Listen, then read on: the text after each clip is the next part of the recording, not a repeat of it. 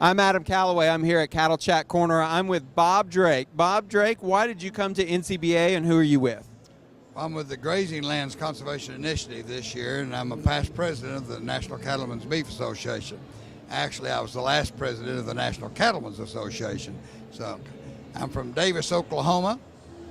I've been working with Noble since 1964. I suspect probably the longest serving person in this room with Noble Foundation. Well, we're proud to have you as a part of the family. We're going to take a detour and talk about the foundation just for a second. So can you tell me a little bit why the Noble Foundation is important, especially there in the Southern Great Plains? Noble Foundation was so important to my brother and myself. When we lost our father in 1964, we became partners with a very unforgiving partner, IRS. And we didn't know what we were going to do. We started working with Noble Foundation. They laid out a plan that we followed to the letter for thousands of acres. And we were able, because, in my opinion, of the expertise that they gave us to get rid of our partner, IRS, and to make a success of a beautiful ranch. Well, tell me how the operation is today then. Well, sad to say, I sold the operation. My brother and I sold it to the Chickasaw Indian Nation, but it's continuing on.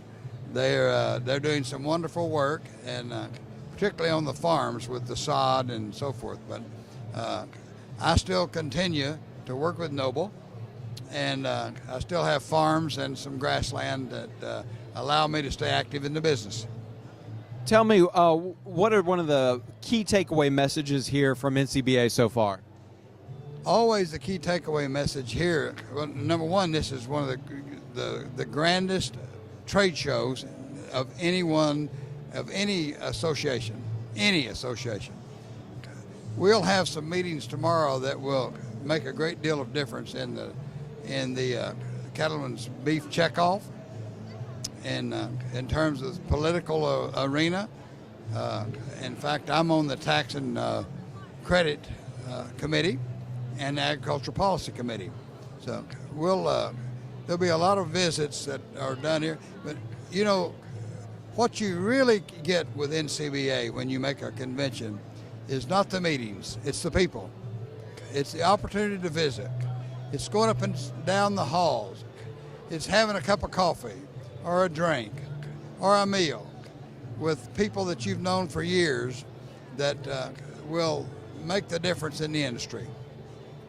Tell me a little bit about GLCI and what you want people to know about GLCI. The Grazing Lands Conservation Initiative is nationwide, and we promote the opportunities for grazing on both federal and private lands.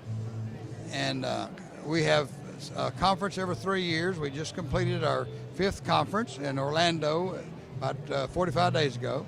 Noble Foundation was one of the largest exhibitors that we had and did one of the best jobs. And the only reason they didn't have more people in the room is we ran out of space, which was wonderful. I love that. So they brought producers in. And this is why we do such a great job at the Grazing Lands. We bring producers as well as government, as well as academic, people on the ground, people that are making the difference in the industry.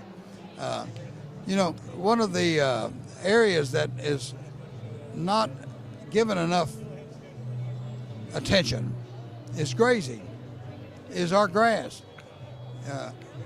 We need to look at the possibilities of fattening beef on grass, similar to Argentina.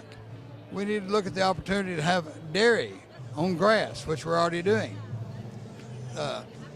When you have a little rain, God gives you the rain and the forage, you can put that through an animal for a lot less money than buying corn, where you have to compete with ethanol and other entities. So we promote that, and we're, by the way, very good at it.